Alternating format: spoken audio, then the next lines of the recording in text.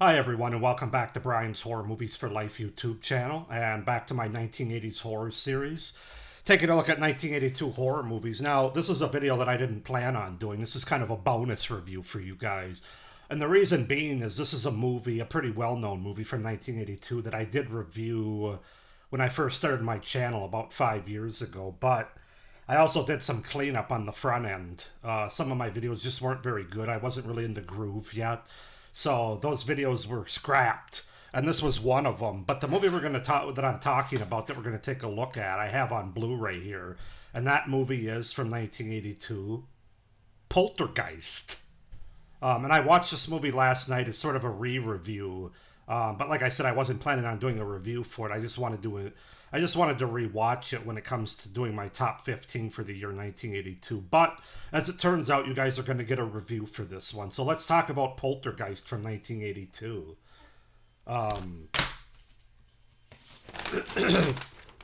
Poltergeist is a 1982 American supernatural horror film directed by Tobe Hooper and written by Steven Spielberg, Michael Grass, and Mark Victor from the story by Spielberg. It was produced by Spielberg and Frank Marshall. The film follows a suburban family whose home is invaded by a malevolent ghost that abduct their youngest daughter. So Stephen and Diane Freeling live in a planned community of Costa Verde, California. Stephen is a successful real estate agent, and Diane looks after their three children, 16-year-old Dana, 8-year-old Robbie, and 5-year-old Carol Ann. One night, Carol Ann inexplicably converses with the television set while it displays post-broadcast static. For those of you that don't know, that used to be a thing with TV sets back in like the 70s and 80s, is after hours, after the channel kind of goes off, you'd get static on your TV screen. I remember it well. So anyway, the next night she fixates on the television again, and a ghostly white hand emerges from the screen, followed by a violent earthquake. As the family is shaken awake by the quake, Carol Ann eerily intones, "They're here." One of the great, most iconic horror lines of all time. Actually, one of the most iconic movie lines, period. The following day is filled with bizarre events. A glass of milk spontaneously breaks, silverware bends, and furniture moves on its own. These phenomena initially seem benign, but soon grow more sinister. During a severe thunderstorm, the gnarled backyard tree seemingly comes alive. A branch crashes through the children's bedroom window, grabs Robbie and pulls him outside into the pouring rain as it attempts to devour him. While the family rushes outside to help Robbie, Carol Ann is pulled into a portal inside the closet. After saving Robbie from the tree, which got sucked into a tornado, the family frantically searches for Carol Ann, only for her voice to call out from the television. Parapsychologist Martha Lesh arrives with team members Ryan and Marty to investigate. They determine there is a poltergeist intrusion involving multiple ghosts. Meanwhile, Stephen learns from his boss, Louis Teague, that the Costa Verde development was built on top of a former cemetery, and the graves were moved to a nearby location. So yeah, that's to set up the premise, the beginning of Poltergeist from 1982. As far as the cast goes, we have Craig T. Nelson as Steve Freeling, Jo Beth Williams as Diane Freeling, Beatrice Straight as Dr. Lesh, Oliver Robbins as Robbie Freeling, Heather O'Rourke as Carol Ann Freeling, Dominic Dunn as Dana Freeling, and Zelda Rubinstein as Tangina Barons. So yeah, that's to set up the premise and the cast for the 1982 Tobe Hooper directed and Steven Spielberg produced movie Poltergeist. I forgot how good this movie was, man. This is really a horror classic in every sense of the word. It's just so good, man. It's not necessarily scary. I don't find it scary, but it's wildly entertaining, very well made, just a lot of fun to watch. And I think it's one of the better. I actually think it's one of the best paranormal movies of all time, frankly.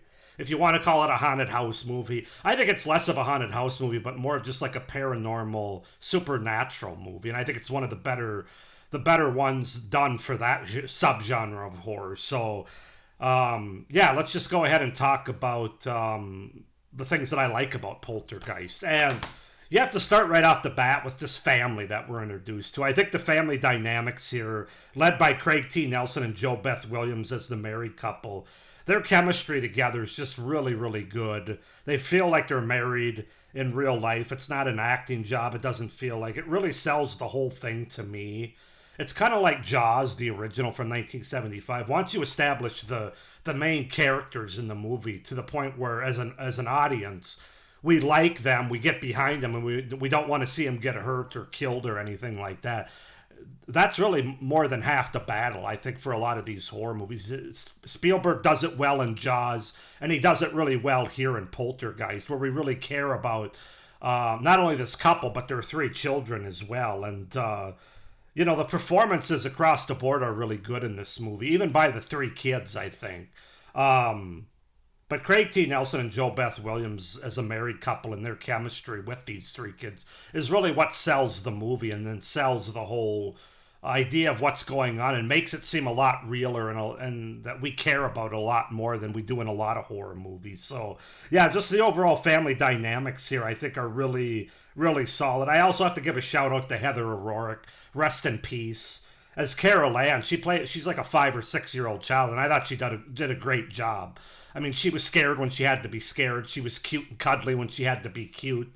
There's not a lot of 5 or 6 year old actresses, child actors that really sell it as well as she does. But she's obviously iconic in this franchise, and very sad what happened to her in real life at such a young age. I think she was 12 when she passed away. So rest in peace to her. Also rest in peace to Dominique Dunn, who also passed away way too early, being murdered in 1982.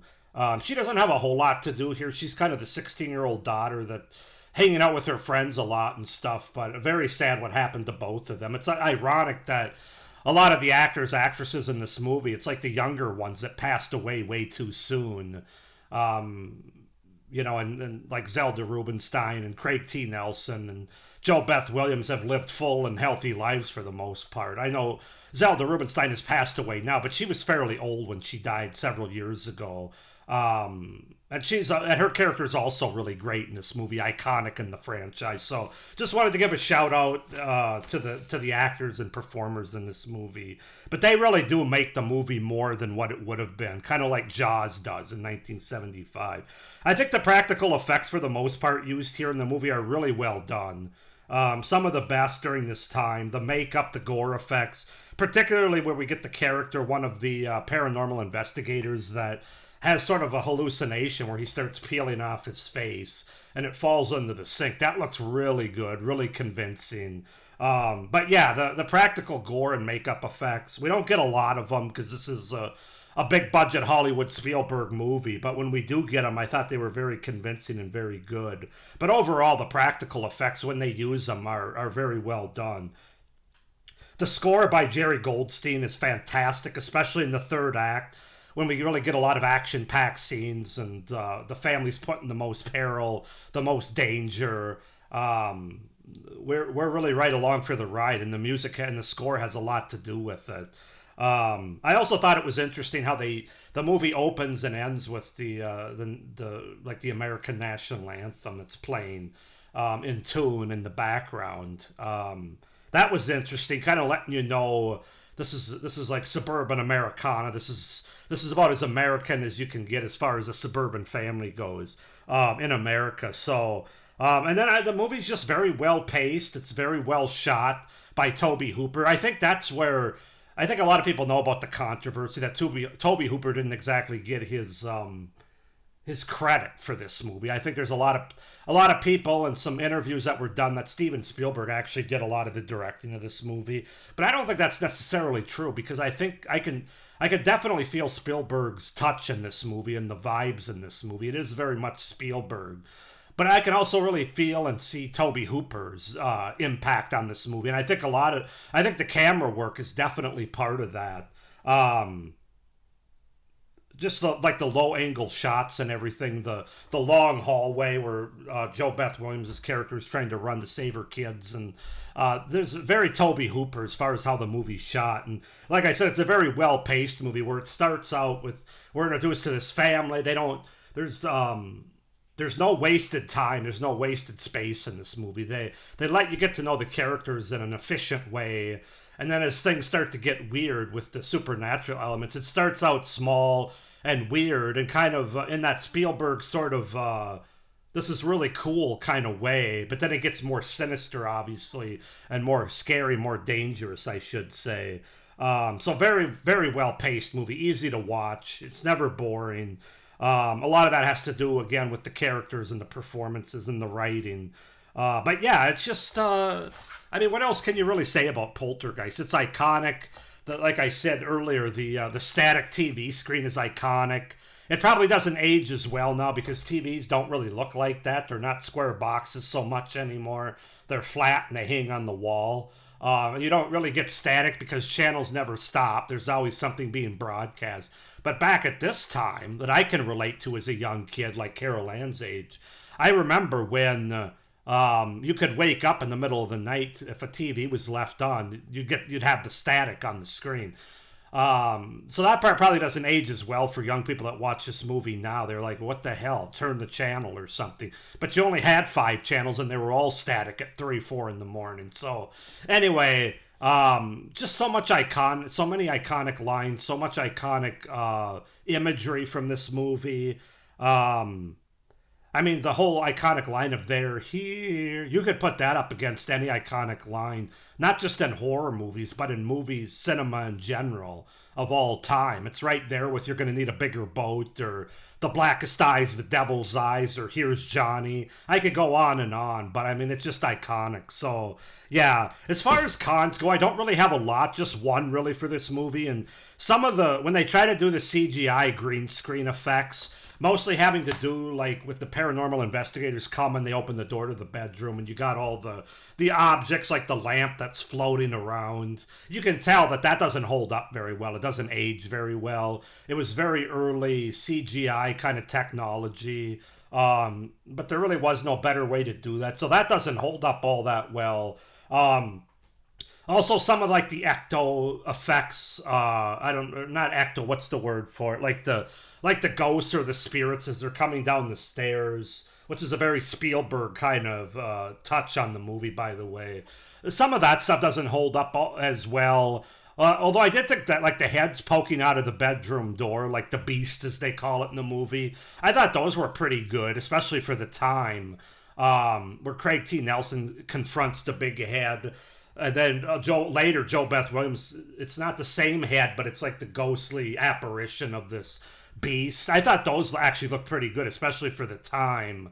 But some other things don't hold up quite as well, and I fully admit that. But that's really about the only con I have for this movie, to be honest with you. Yeah, I know some diehard horror fans will say this is a little too Hollywood, it's a little too Spielberg and big budget, and not necessarily like, it doesn't have that overly scary, overly gory, like hard edge. It's not a hard edge horror movie at all.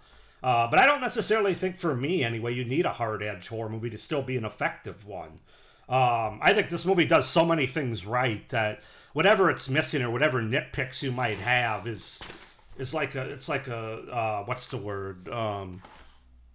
It's like a quick fart in the wind kind of thing for this movie. So, yeah, that's Poltergeist from 1982. I give this movie a 9 out of 10. The only reason it's not a 10 out of 10 is, like I mentioned, some of the effects, the CGI green screen effects with the floating objects in the bedroom don't hold up well, admittedly. And then also, for the younger viewers, some of this stuff doesn't hold up, doesn't age well with the static TV. But if you're over the age of 30, 35, you're going to know and remember exactly what that was. So 9 out of 10 for Poltergeist. It's a classic horror movie in every sense of the word for me. Highly rewatchable, highly entertaining. So go ahead and comment down below your guys' thoughts on Poltergeist. If it holds up well for you, not as well, comment down below. Please like this video, hit the little notification bell, and subscribe to my channel if you haven't already. It would really help me out for the future and the content going forward on my channel. With all that being said, I hope you enjoyed this little extra bonus review 1982 section of my overall 1980s